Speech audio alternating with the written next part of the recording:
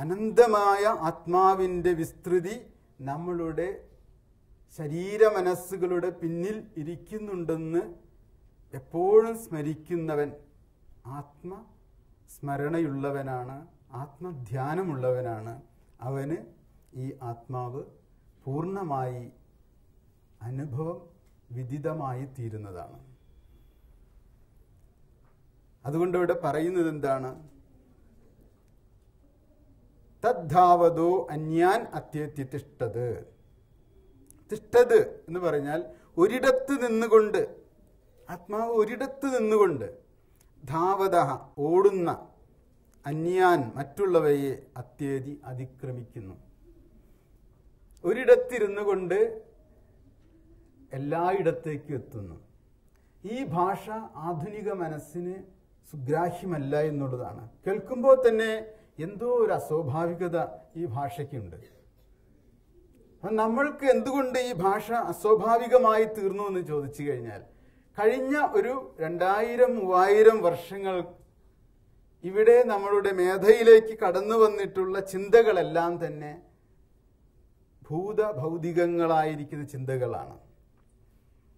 പൂർവികരായിരിക്കുന്ന ഋഷിമാരുടെ ദർശനങ്ങളും ചിന്തകളും ഒക്കെ എപ്പോഴും ഈ വൈരുദ്ധ്യങ്ങളെ സമന്വയിപ്പിക്കുന്ന ചിന്തകളാകുന്നു. എപ്പോഴും നമ്മുടെ മുമ്പിൽ വൈരുദ്ധ്യമുണ്ട്. വൈരുദ്ധ്യമില്ലാത്ത ഒരു നിമിഷം നമ്മുടെ മുമ്പിലില്ല.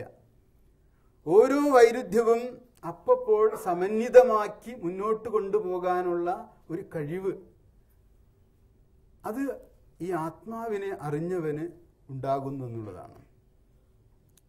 അപ്പോൾ കോൺട്രഡിക്ഷൻസ് എന്നാ പറയുക വൈരുദ്ധ്യത്തെ. കോൺട്രഡിക്ഷൻ, ഇവിടെ കോൺട്രഡിക്ഷനാ പറയുന്നത്. ഒരിടത്ത് നിന്നുകൊണ്ട് മുമ്പേ പോകുന്ന വസ്തുക്കളെ അവൻ അതിക്രമിക്കുന്നുവെന്ന്. ഒരിടത്ത് നിന്നുകൊണ്ട് മുമ്പേ പോകുന്ന വസ്തുക്കളെ അതിക്രമിക്കുക എന്ന് പറഞ്ഞു കഴിഞ്ഞാൽ, ഒരിടത്ത് നിൽക്കുക എന്ന് പറയുന്നത് ഒരു വസ്തുത, ഒരു സത്യം. അവിടെ നിൽക്കുമ്പോൾ പിന്നെ വേറൊരിടത്ത് വരാൻ കഴിയുന്നത് എങ്ങനെയാണ്? ആധുനിക ശാസ്ത്രവും ഇതിന് ചൂണ്ടിക്കാണിക്കുന്നില്ലേ? ആധുനിക ശാസ്ത്രവും ഇതേ കോൺട്രഡിക്ഷനിലാണ് എത്തി നിൽക്കുന്നത്. ഒരു ഇലക്ട്രോൺ തരംഗമാണോ കണമാണോ എന്ന് നിശ്ചയിക്കാൻ കഴിയാതെയാണ് ക്വാണ്ടം മെക്കാനിക്സ് എത്തി നിൽക്കുന്നത്. ഇലക്ട്രോണിൻ്റെ ഒരു ചലനം നിങ്ങൾ ശ്രദ്ധിച്ചു കഴിഞ്ഞാൽ, ഒരു ആറ്റത്തിൻ്റെ ഷെല്ലുകളിൽ ഇലക്ട്രോണുകൾ ചലിക്കുമ്പോൾ ഒരു ഷെല്ലിൽ നിന്ന് അടുത്ത ഷെല്ലിലേക്ക് ഇലക്ട്രോൺ ചാടിപ്പോകും. ചിലപ്പോൾ ഈ ചാടിപ്പോകുന്ന പ്രക്രിയയ്ക്ക് ഇവർ കൊടുത്തിരിക്കുന്ന പേരാണ് ക്വാണ്ടം ലീപ്പ് എന്ന്. ക്വാണ്ടം ലീപ്പ് എന്ന് പറഞ്ഞാൽ ഇലക്ട്രോൺ ഒരിടത്ത് പ്രത്യക്ഷപ്പെടുകയും പിന്നീട് കാണുന്നത് വേറൊരു ഷെല്ലിലായിരിക്കുകയും ചെയ്യും. അപ്പോൾ ഒരു ഷെല്ലിൽ നിന്ന് അടുത്ത ഷെല്ലിലേക്ക് ഇലക്ട്രോൺ എത്തിച്ചേരുന്നത് ഏത് വഴിയിലൂടെയാണെന്ന് ഒരു നിശ്ചയവുമില്ല. ഏതിലൂടെ പോയി എന്ന് പറയാൻ കഴിയുന്നില്ല. ശാസ്ത്രജ്ഞന്മാർ ഇന്ന് ഏറ്റവും പ്രയാസത്തോടെ നോക്കിക്കാണുന്നത് ഇലക്ട്രോണുകളുടെ ഈ ദേശങ്ങളിലൂടെയല്ലാത്ത യാത്രയാണ്. മനുഷ്യന് ദേശങ്ങളിലൂടെ യാത്ര ചെയ്ത് ഉള്ള അറിവ് മാത്രമേ ഉള്ളൂ. ദേശങ്ങൾക്കതീതമായ യാത്രകളെക്കുറിച്ച് നമുക്ക് അറിയുകയില്ല. അതുകൊണ്ട് യാത്ര ചെയ്യാൻ ദേശം വേണമെന്നും ആ ദേശമില്ലാത്ത യാത്രയെ അസംബന്ധമെന്നും ധരിച്ചിട്ടുള്ള ആധുനിക മനസ്സിന് ആത്മാവ് ഒരിടത്ത് നിൽക്കുകയും മുമ്പേ പോകുന്ന വിഷയങ്ങളെ അതിക്രമിച്ചു പോവുകയും ചെയ്യുന്നു എന്ന് പറയുന്നത് ഗ്രഹിക്കാൻ വളരെ ബുദ്ധിമുട്ടുള്ളതാണ്. മനസ്സിൻ്റെ തലങ്ങളെ ഉല്ലംഘിച്ച് നിൽക്കുന്ന ഒന്നാണ് ആത്മാവിൻ്റെ തലം. ചിന്തകളെ പാടെ കളയണം. ഇതുവരെ നമ്മൾ ചിന്തിച്ചിരുന്ന കാര്യകാരണ ചിന്തകളുടെ പടലങ്ങളെ പോലും നിരസിച്ച് കാര്യകാരണങ്ങൾക്ക് അതീതമായി പോകുന്ന ഒരു തലമാണ് ആത്മാവിൻ്റേത്. അപ്പോൾ ആത്മാവിനെ കാര്യകാരണ ബന്ധങ്ങളിലൂടെ മനസ്സിലാക്കാൻ കഴിയുകയില്ല. കാരണം കാര്യവും കാരണവും മാനസിക തലത്തിലുള്ള ഒരു ചിന്താസരണിയാണ്.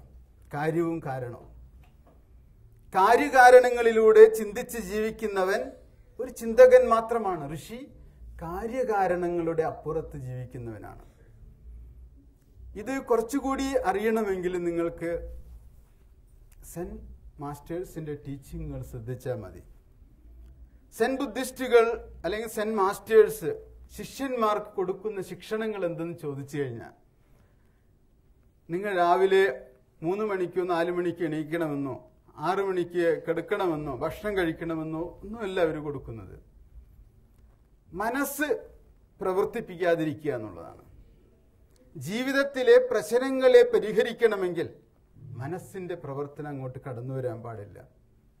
മനസ്സ് പ്രവർത്തിക്കാതെ പിന്നെ എങ്ങനെ പ്രവർത്തിക്കും, എങ്ങനെ ജീവിക്കും? ആത്മാവിന് സ്വയമേ ജീവനെ കൊണ്ടുപോകാനുള്ള കണ്ണും കാതും ഒക്കെ ഉണ്ട് എന്നുള്ളതാണ്. അത് ആത്മാവിനെ കുറിച്ച് പറയുമ്പോൾ അത് കണ്ണില്ലാതെ കാണുന്നു, കാതില്ലാതെ കേൾക്കുന്നു, നാക്കില്ലാതെ രുചിക്കുന്നു, മൂക്കില്ലാതെ മണക്കുന്നു, ത്വക്കില്ലാതെ സ്പർശിക്കുന്നു. അങ്ങനെ ഒരു അനുഭവ തലത്തിലേക്ക് ആത്മാവിന്റെ തലം നമ്മൾ അറിയുമ്പോഴാണ് അത്ഭുതം ഉണ്ടാകുന്നത്.